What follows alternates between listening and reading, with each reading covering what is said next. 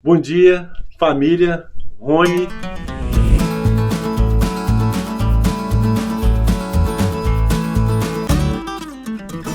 Tem novidade, né, Marcos? Chegou uma novidade aí para quem tá pensando em migrar.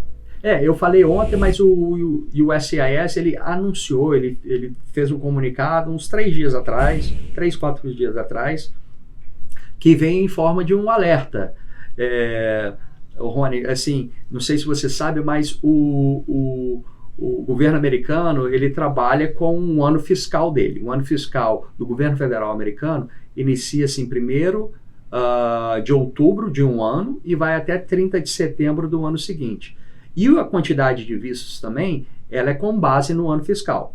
Então, esse ano fiscal, que começou em 1º de outubro de 2021 e vai até 30 de setembro agora de 2022, tem um exército, um montante de vistos disponíveis para a área de trabalho, né, que são os EB1, os EB2, EB3, nunca antes visto, porque durante a pandemia vários vistos de família não foram utilizados e eles vieram para esse ano para a área de employment based. Então a imigração fez um alerta dizendo: estamos com um número excessivo de vistos disponíveis principalmente para EB1 e o EB2, e dá lá incentivando aqueles que qualificarem para um EB1 e um EB2 considerar aplicar para esses vistos, porque se esses vistos, esse excedente, né, não for utilizado até 30 de setembro desse ano, ele não passa para o ano seguinte, então ele vai para a lata de lixo. Então a gente pode ter uma situação em que o governo federal vai perder milhares e milhares de green cards, porque eles não conseguiram utilizar esses green cards a tempo dentro do ano fiscal. Deixa eu fazer uma pergunta. Então, assim, vamos supor que eu tô fora e eu quero entrar nesse visto, faço aplicação. Tem que sair até o dia 31 ou se eu apliquei até o dia 31 ou tem que ser o ano vigente? Você poderia explicar pra gente como que funcionaria? Porque muita gente vai me fazer essa pergunta, mas eu tô aqui, já tô adiantando, já tô respondendo, né? Não quero que você responda, né? Claro. Tô respondendo pelos seguidores aí, família Arply. Claro, não, realmente tem que ser concedido, o processo tem que ser, o Green Card tem que ser aprovado até 30 de setembro. Vai ter processo que vai ser mais longo que isso. Agora, por exemplo, EB1, que é um processo de habilidades extraordinárias, ou seja, profissionais em qualquer área do conhecimento, que esteja ali no topo da sua indústria, né, esteja bem amparado ali profissionalmente, esse EB1 você pode pagar uma taxa prêmio e ter o caso julgado em 15 dias. Sério? Olha, você poderia explicar para a gente o que é esses excepcionais, né? O que seria? Seria um dentista? Qual profissional que seria? Tá bom. Pode ser qualquer área do conhecimento, tá?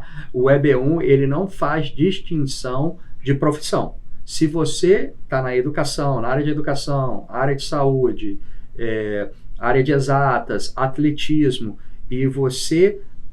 o EB1, ele tem critérios, são 10 critérios, Rony, mas se você tiver 3 dos 10 critérios, evidências documental robusta, demonstrando que você é um profissional de habilidade extraordinária, você pode ser um bom candidato para aplicar para o EB1.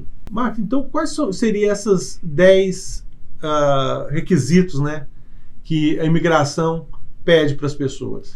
Bom, para o EB1 especificamente, né, ter, primeiro, demonstrar que você teve uma premiação a nível nacional ou internacional, ou seja, não pode ser apenas aquele torneio de dama ou xadrez que você ganhou no bairro aí onde você mora, tem que ser uma coisa mais a nível nacional.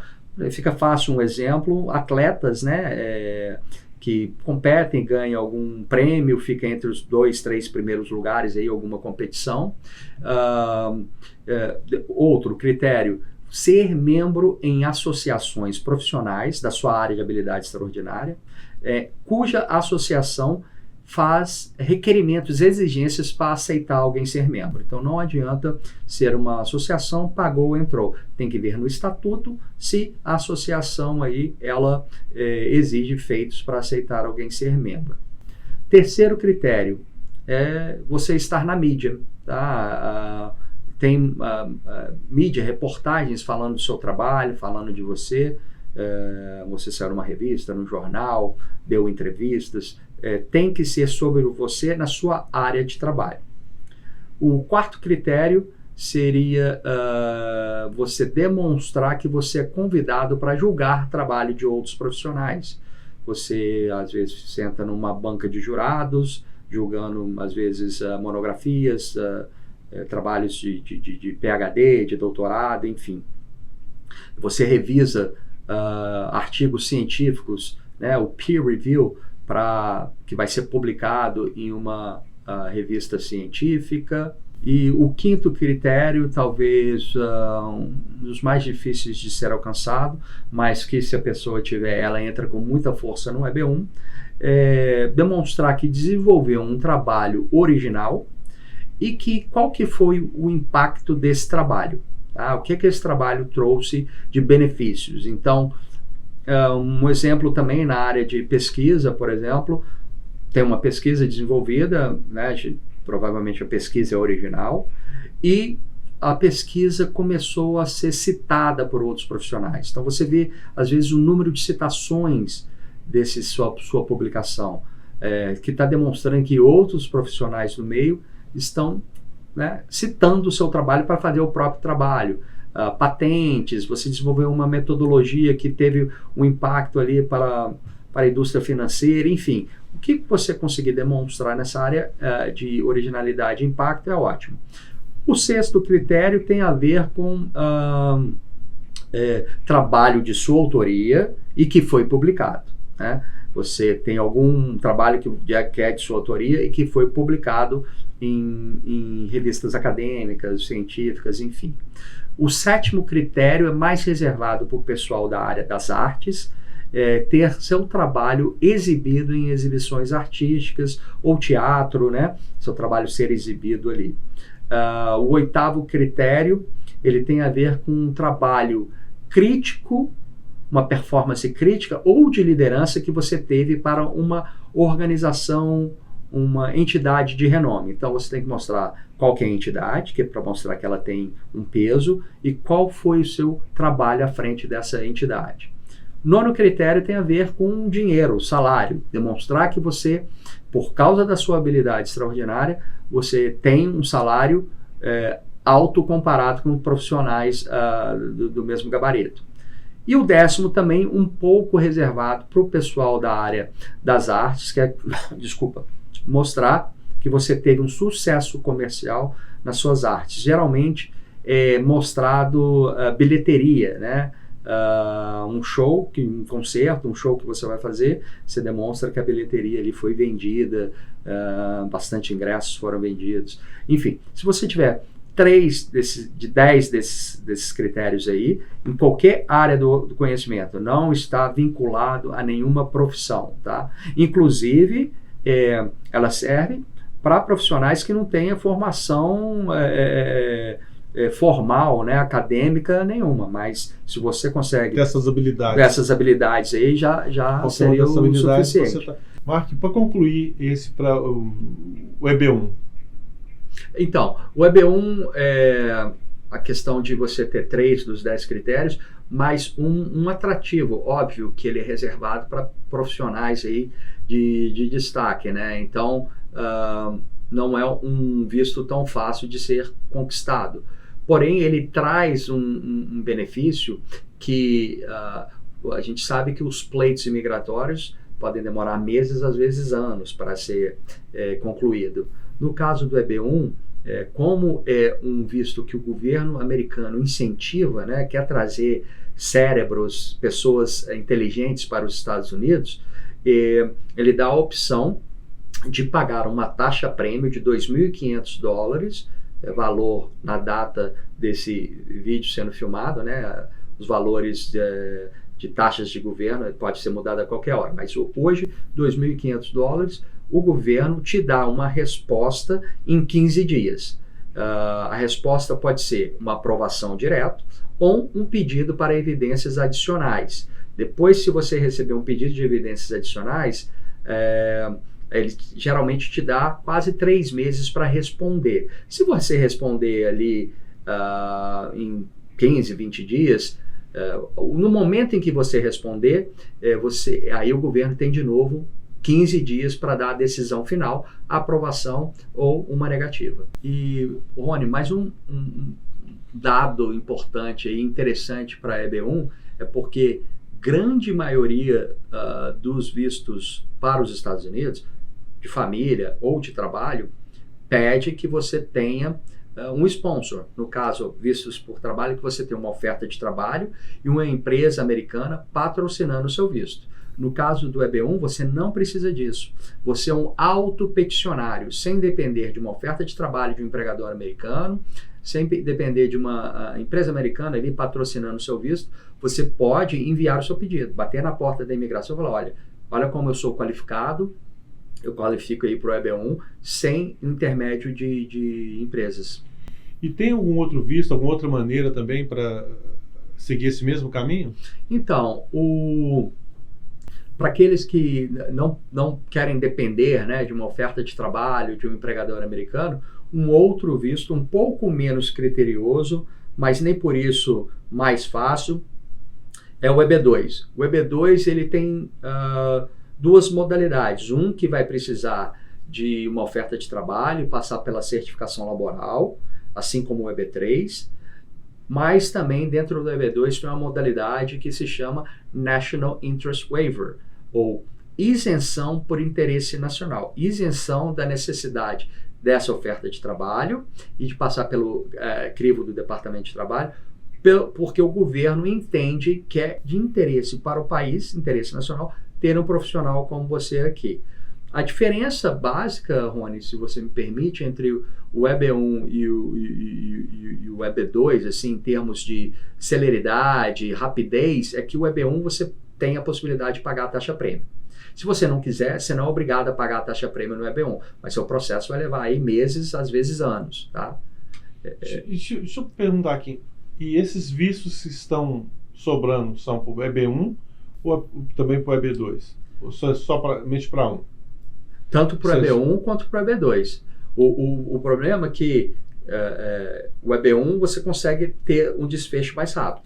O EB2, por interesse nacional, você não tem essa possibilidade de ter um julgamento em 15 dias. Então, muito provavelmente, quem vai iniciar um processo de EB2 agora, ele não pegaria esse excedente, porque é um processo que pode levar 1 ano para ser julgado, mas todo ano, mesmo se zerar, zerou o excedente ali dia 30 de setembro de 2022, todo ano tem 40 mil vistos disponíveis para a EB1 e 40 mil vistos disponíveis para a EB2, ou seja, uma quantidade considerável aí, não são poucos, a gente está falando de green card, tá, Rony?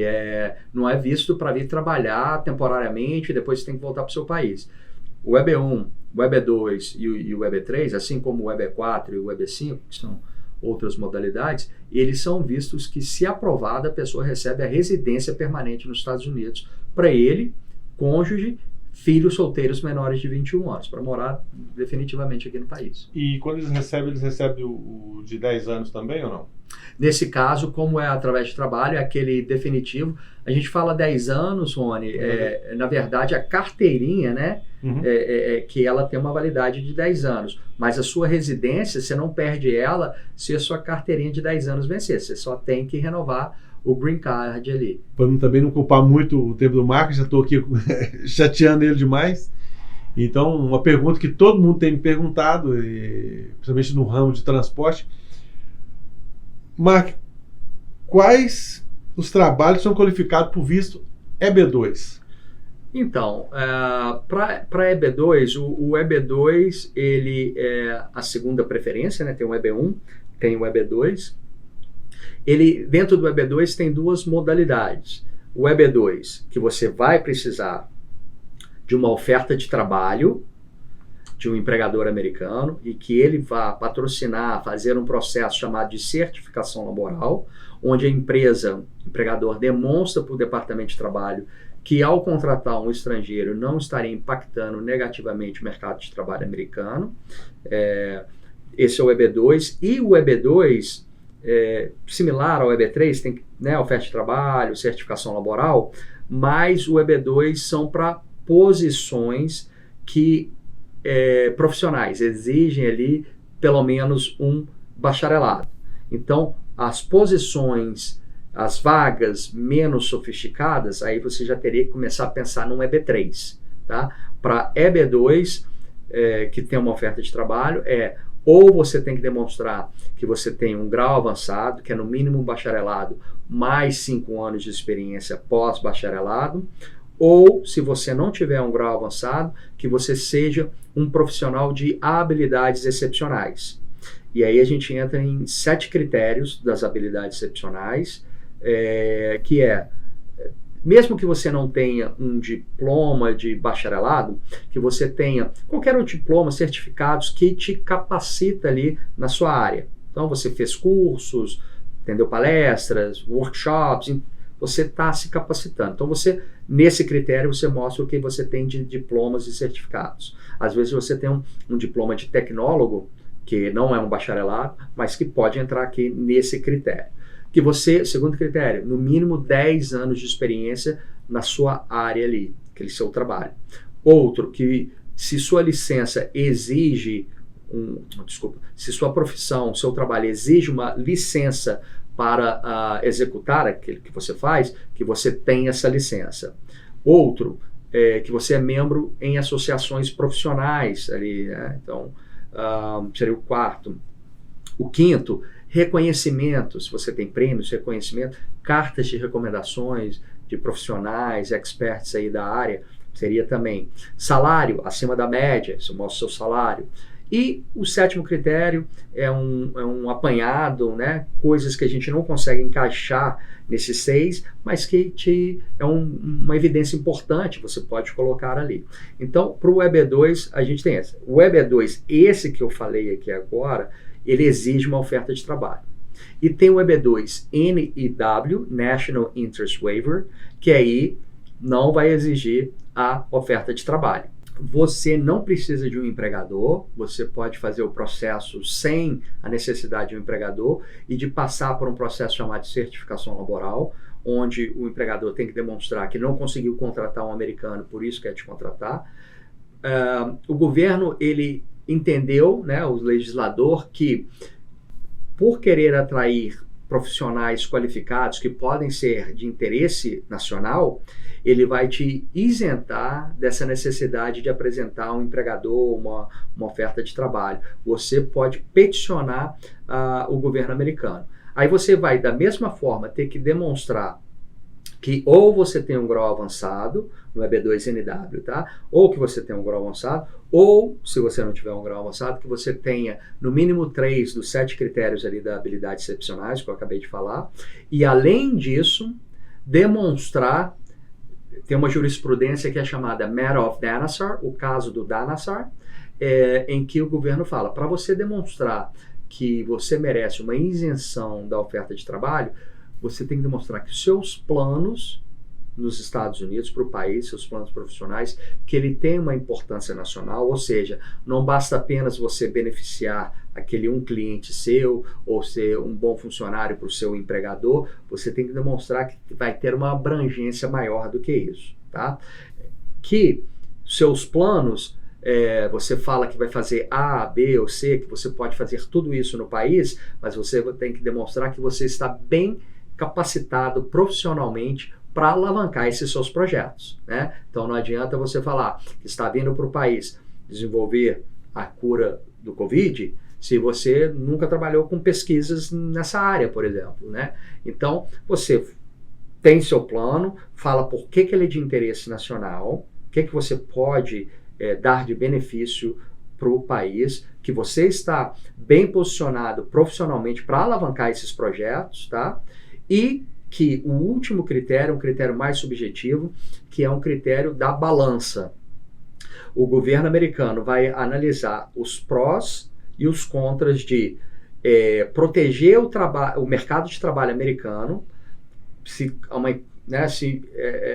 é interessante para os Estados Unidos deixar você vir e você, por exemplo, está tomando o emprego de um cidadão americano, e os benefícios de te ter aqui e não fazer com que você passe pelo moroso processo de oferta de trabalho, certificação laboral, que mesmo que talvez existam americanos qualificados no país que façam o que você faz, mesmo assim é de interesse para o país te ter aqui. Então é um processo que acho que hoje, para profissionais aí com certa experiência no Brasil, um dos vistos mais procurados é B2NW, até porque você não fica vinculado a empregador algum.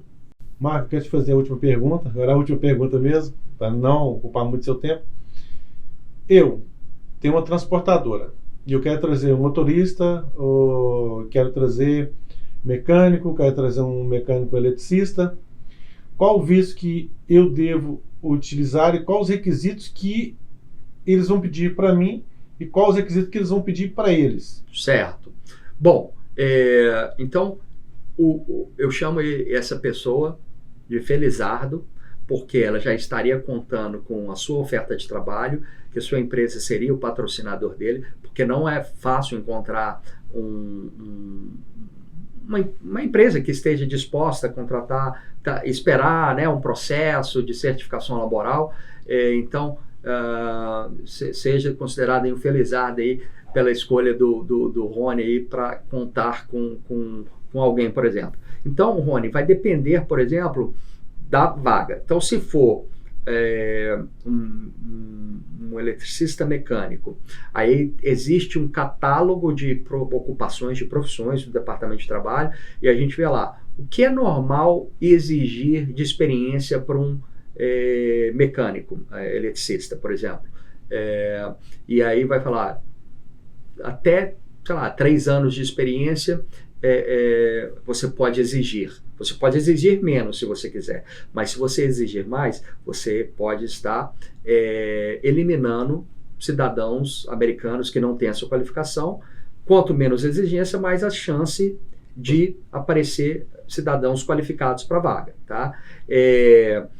Mas, assim, então, você vê o tipo de experiência. Então, o que vai ver o que aquela vaga costumeiramente exige de experiência. Então, se for 3 anos, você exige 3 anos. E você, como empregador, você tem que demonstrar que você tem habilidade financeira de pagar aquele salário para o estrangeiro. Então, você tem que fazer um pedido de salário para o Departamento de Trabalho, para você quer contratar uma pessoa para exercer essa função, com esse tanto de experiência, e o trabalho vai ser exercido naquela região geográfica, o Departamento de Trabalho chega e fala, ó, você não pode oferecer menos do que esse salário. Aí vamos imaginar $50 mil por ano, um número aqui hipotético aqui. Você tem que demonstrar que no exercício financeiro, no imposto de renda da empresa, que você tenha, no mínimo, um lucro líquido de 50 mil ali disponível, né? Ou que você tenha patrimônio, os assets, no imposto de renda que cubram isso. Então, por exemplo, você tem lá um macaco hidráulico, você tem ferramentas, você tem que tudo aquilo somado vai dar $1 milhão. Então, você, mesmo que você tenha prejuízo, você declarou prejuízo ali até por questões fiscais, né? Você declarou prejuízo, mas você mostra que você tem assets, patrimônio suficiente, aí você pode aprovar um caso nesse sentido. E esse seria o EB3? Esse seria o EB3, porque o EB2, ele necessariamente são para vagas que exigem ou um grau avançado ou habilidades excepcionais. E o governo americano também tem cota para esse tipo de visto ou não? EB2, 40 mil vistos por ano, assim como o EB1 e o EB3. O EB3 também tem 40 cotas. 40 mil cotas. 40 mil. Então chegou às 40 mil cotas, aquele ano fiscal não vai. Mas como você falou que ele é um processo mais demorado, se eu aplico agora, eu demoro de 1 ano a 1 ano e meio para me ter aprovação. Exato. Então, o que acontecia no passado é que o EB2 tinha menos pedidos, porque tem uma exigência maior, você precisa ter um bacharelado ou habilidade excepcional, então acaba sobrando mais vistos para EB2, enquanto que o EB3 às vezes tinha muito mais pedidos de EB3 para os 40 mil vistos disponíveis, aí criava-se o chamado backlog. Então, mesmo depois que você tivesse a sua petição aprovada, você ainda muitas vezes teria que esperar 2, 3 anos para ter um visto disponível para vir para os Estados Unidos. Tá? Hoje, o EB3, nos últimos 2, 3 anos, vem tendo corrente esse visto, tendo disponibilidade mês após mês. Então, cada mês tem que analisar o boletim de visto do Departamento de Estado americano. Mark, olha, nem sei o que falar. Muito obrigado. Assim, muito feliz de estar aqui com você. E a gente estava combinando aqui, a gente vai fazer umas lives, né, Marco? Vamos fazer umas lives para tirar dúvidas para as pessoas. Então, vou deixar aí para vocês novamente aí, ó, as redes sociais do Mark, para vocês seguirem, para você estar aí a par de qualquer coisa que vir surgir. E o Mark, assim, ele tem muitos casos que você pode representar, em maioria desses casos aqui, ele pode representar vocês, né, Mark? E ele também faz... Qual que é o seu trabalho? Você faz a lei de consultoria, trabalho migratório? Você quer deixar para a gente aí, as pessoas que vão me perguntar aqui? Deixa você falar. Sim, uma coisa, primeiro eu vou assim, falar o que eu não faço, que eu recebo muita pergunta também, Rony. Você ajuda a gente a conseguir trabalho nos Estados Unidos? Não, eu não sou uma empresa recrutadora, eu não trabalho nesse sentido. Depois que já tem as partes, né? Por exemplo, o Rony já sabe quem que ele quer contratar, aí ele vem e contrata meus serviços para representar ele no processo, mas já tem um match, empresa e funcionário. E eu dou muita consulta, assim, eu acho que um ponto importante, Rony, até mesmo antes da pessoa decidir se quer entrar em um processo, é consultar-se com um profissional qualificado que entenda das leis para falar, olha, não vai por esse caminho, ter, né? Exato, porque às vezes as pessoas falam que eu falo muito não, mas às vezes o não qualifica, às vezes o não pode te fazer economizar muito dinheiro, muita dor de cabeça, de você entrar numa aventura, muitas vezes que você não se qualifica para aquele visto. Não verdadeiro, tá? Né? Muitas vezes, ao a gente analisar um caso, a princípio ali parece que a pessoa é bem qualificada, mas do lado de lá tem um julgador, que é um juiz, como se fosse um juiz no Brasil, e que ele pode decidir positivamente ou negativamente. Tem a subjetividade ali. Então, assim, o mais importante, na minha opinião, é consultar-se. Então, eu faço muita consulta, dou muita consulta para as pessoas. Minhas consultas são pagas, quando a pessoa quer ter um horário comigo reservado. Eu dou muita informação, da mesma forma que a gente está falando as informações aqui, Rony, muita informação gratuita, mas quando a pessoa quer um a um, ela tem que agendar um horário, né, aqui no escritório, e aí eu falo, olha, o caminho interessante seria esse, ou, como respondendo as perguntas aqui, eu tento, né, ser o mais transparente possível, realista com as chances da pessoa, e faço muitas consultas e represento os casos que eu vejo possibilidade e represento em algumas modalidades de vistos. Marco, pessoal que quiser contratar o seu serviço, você tem, além da rede social, você quer deixar um contato? Sim, aqueles que quiserem agendar uma consulta, né, pode enviar para o e-mail para info@markmoraislaw.com ou para o WhatsApp do escritório, que é aqui nos Estados Unidos, é +1, né, o país, +1, 786-865-5285, que é o WhatsApp do escritório, além de as pessoas que quiserem assistir os vídeos que a gente posta aí no canal do YouTube, que é Imigrando com Mark Moraes. Também quiser seguir a gente nas redes sociais aí, tanto no Instagram quanto no TikTok, é Mark Moraes Law, L-A-W, tá? E eu acredito que é isso, Rony. Eu vou deixar na tela para vocês aí, ó. Não deixa de seguir, porque tem... Rapaz, é o que faltava aqui pra gente, a pessoa igual o Mark, para poder acrescentar. Eu acho que na vida da gente é assim, a gente quando imigra para um país, a gente encontra um brasileiro que faz o que o Mark faz por nós, isso é muito gratificante. Então eu queria te agradecer, mas vou virar a câmera aqui para a gente despedir junto. E mais uma vez, muito, muito obrigado pelo você dispor seu tempo para a gente aqui da família Arfly, para os seguidores. Para mim, igual eu falei assim, foi uma honra, um prazer. Vamos virar aqui que a gente vai despedir juntos. Então, família, aqui com essa grande pessoa que é o Mark Moraes, advogado, e ter disposto aí o seu tempo para trazer conhecimentos para vocês, para mim, que eu estou muito grato, agradecer ele do fundo do coração. O que precisar de nós, estamos aqui à disposição dele. Rony, eu que agradeço aí a visita, muito obrigado por ter vindo, agradeço a todos vocês aí que enviaram suas perguntas, que estão assistindo a gente, estou sempre disponível, a hora que a gente quiser marcar uma live aí para responder as perguntas do pessoal, tô sempre disponível, Rony, você é muito simpático, gostei muito aí do nosso bate-papo. Obrigado você, eu tô sem palavras, fiquei nervoso aqui, porque realmente é uma pessoa que, quando você admira uma pessoa e vê ela do outro lado da tela, você não imagina como é você ver ela ao vivo, né? Um cara que a história dele é maravilhosa, é linda a história. Então, eu descobri aqui que o Rony deve ter uns 2 metros de altura e eu tenho 1,75. 92.